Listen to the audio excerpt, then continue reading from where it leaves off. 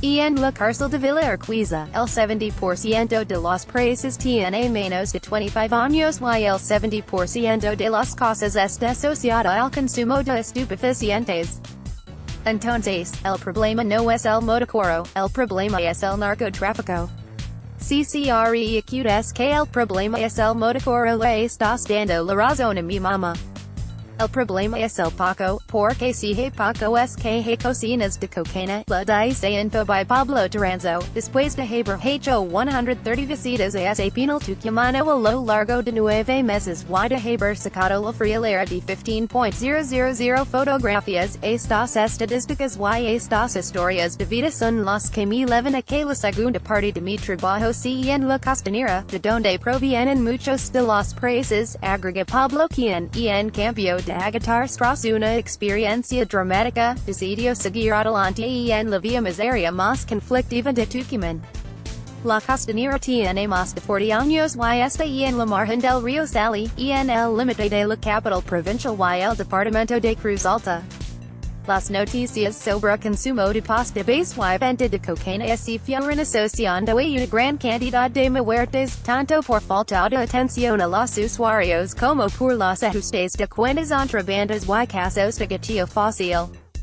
Todavía falta una investigación seria sobre quiénes tienen las conexiones para que los narcos tucumanos puedan operar no solo en la provincia sino también en Salta, Santiago del Estero y Jujuy, por ejemplo. El fotógrafo reduce el guardia cárcel hace unos meses. Pablo fue perseguido por 3 guardias dentro del penal de Villa Urquiza.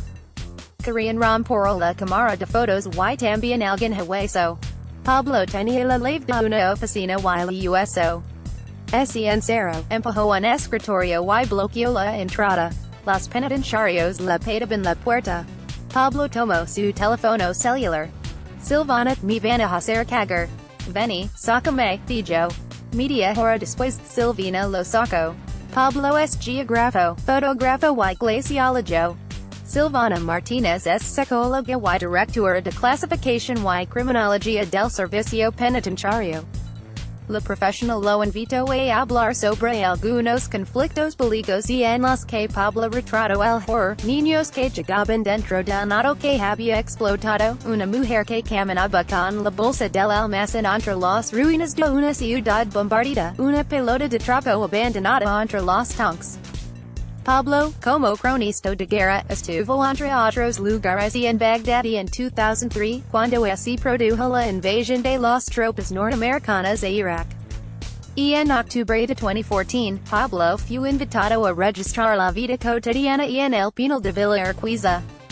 Los permisos oficiales no fueron suficientes para romper los muros de silencio y los guardias querían terminar con ese reportaje fotográfico a cualquier precio. Primero, quisieron atemorizar al fotógrafo advirtiendo que muchos presos tenían facas. No funcionó. No en vano, Pablo había conocido territorios en guerra. Además, sus 100 kilos y su metro 80 estaban entrenados desde niño en las artes marciales. Los deportes de riesgo le habían servido para escapar a una avalancha en el Cerro Salunco, en Perú, cuando apenas terminaba el colegio secundario. Los otros 8 escaladores, compañeros suyos del colegio, murieron por el alad. Ese sobreviviente no fue gratuita, al tiempo se lista en Greenpeace. En 2006 era fotógrafo de Greenpeace y fue con un contingente de esa organización a Quebec. Ali tratamos de hacer visible un conflicto sobre unas papeleras. Logramos impedir que saliera un barco que lavaba el producto de la contaminación. Gracia un triunfo. Pero fuimos presos y la fiscal nos acusó de piratería. La condena es de 30 años.